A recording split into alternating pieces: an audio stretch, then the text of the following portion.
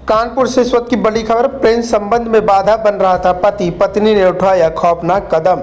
प्रेम संबंधों में बाधा बन रहे पति को रास्ते से हटाने के लिए पत्नी ने अपने प्रेमी से उसकी हत्या करवाने का किया प्रयास। वो अपने नाकाम इरादों में कामयाब हो गई थी, लेकिन अस्पताल में अच्छा इलाज होने से ऋषभ की जान बच गई। लेकिन प्यार में अंधी हो चुकी सपना ने उसको घर में दवाई के नाम पर केमिकल देना शुरू कर दिया, जिससे उसकी मौत हो गई। लेकिन कानून से वो नहीं बच सकी। पुलिस ने सपना के प्रेमी और 2 अन्य लोगों को किया गिरफ्तार। कल्याणपुर थाना क्षेत्र के रहने वाले ऋषभ त्रिपाठी की पत्नी सपना के प्रेम संबंध राजकुमार से थे। ऋषभ को जब इस बात की जानकारी हुई तो उसने अपने पत्नी को समझाने का प्रयास किया। उसके बाद प्रेम में बाधा बनते देख सपना ने अपने प्रेमी राजकिशोर के साथ मिलकर अपने पति ऋषभ की हत्या करने का प्लान बना डाला।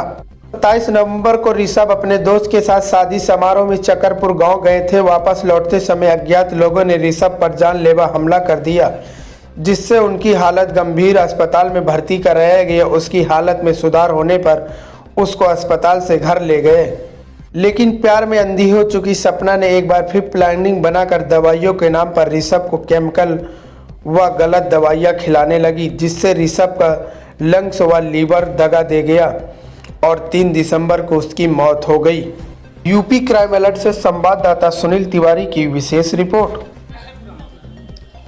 थाना सचेंडी क्षेत्रांतर्गत 27 नवंबर को ऋषभ त्रिपाठी नाम के एक व्यक्ति के ऊपर हमला हुआ था एक धारदार हथियार से, जिसमें वो गंभीर रूप से घायल हुए थे और इलाज के बाद हॉस्पिटल से डिस्चार्ज होने के कुछ दिन के बाद घर पर उनकी तबीयत बिगड़ी और बाद में हॉस्पिटल में उनकी डेथ हो गई। इस प्रकरण में जो मृतक के परिवारीजन थे उनके द्वारा अपने पड़ोस के एक व्यक्ति रामकृष्ण विश्वकर्मा, जिनके साथ इनका पुराना संपत्ति विवाद था, उसको नामजद करते हुए तत्समय एक शिकायत दी गई थी, जिसमें थाना सचेंडी में सुसंगत धाराओं में अभियोग पंजीकृत कर विवेचना प्रारंभ की गई। विवेचना के दौरान यह पाया गया कि जिस व्यक्ति को नामजद किया गया था उसकी घटना में संलिप्तता होने संबंधी कोई साक्ष्य नहीं मिल रहे थे और घटना में मोबाइल सर्विलांस और बाकी ह्यूमन इंटेलिजेंस से ऐसी कुछ बातें संज्ञान में आई कि मृतक की पत्नी सपना का एक पुराना दोस्त जिसका नाम राज कपूर गुप्ता था, जिसके साथ ये एक साथ पढ़ती थी और इन दोनों के बीच घनिष्ठ संबंध थे, उनके द्वारा मिलके ये प्लान बनाया गया कि ऋषभ को रास्ते से हटाया जाए ताकि वो लोग फिर से एक साथ ज़िंदगी जी सके।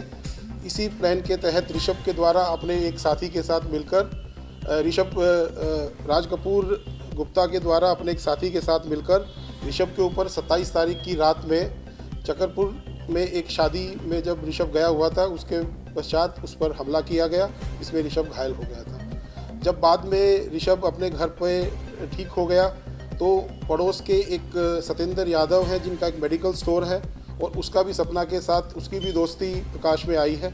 उसके साथ सपना ने मिलके ये प्लान बनाया कि इसको कुछ ऐसी दवाई या कोई इंजेक्शन हमारे द्वारा दिया जाए जिससे इसके जो ऑर्गन्स है वो फेल हो जाए, और उनके द्वारा मिलके ऋषभ को एक जहरीला इंजेक्शन ऐसा दिया गया है जिसमें ऋषभ के अंदर के ऑर्गन्स संभवतः फेल हो गए। पोस्टमार्टम परीक्षण में मृत्यु का कारण स्पष्ट नहीं हो पाया और विसरा को प्रिजर्व किया गया है। मुझे यकीन है कि जब विसरा की रिपोर्ट आएगी तब इसमें चीज़ें और स्पष्ट हो पाएंगी कि उसको कौन सा ऐसा केमिकल ऋषभ की बॉडी में इंजेक्ट किया गया था। वर्तमान में पुलिस के द्वारा सपना और इन तीनों अभियुक्तों को, जिसमें नाम है राज कपूर गुप्ता, सतेंद्र विश्वकर्मा और सुरेंद्र यादव, इन सभी को गिरफ्तार कर लिया गया है। घटना में इनसे अभी पूछताछ जारी है। कुछ ऐसे बिंदु हैं जिन पर अभी भी स्पष्ट चीज़ें हमें करनी है। अगर आवश्यकता हुई तो हम इसके लिए इनके पुलिस कस्टडी रिमांड के लिए भी मांग करेंगे। क्या इसने कोई ओवरडोज दिया था? क्या सपना ने कोई सीरियल से देख के प्लान किया? सपना टीवी देखने की शौकीन है और उसने बताया कि वो काफ़ी क्राइम संबंधी सीरियल जो इस टाइम टीवी पे आते हैं, मेडिकल संचालक के साथ सपना का ये कहना है कि हम लोग मिलते थे और कहीं ना कहीं उससे ज़्यादा उन्होंने इस बारे में कुछ बताया नहीं है।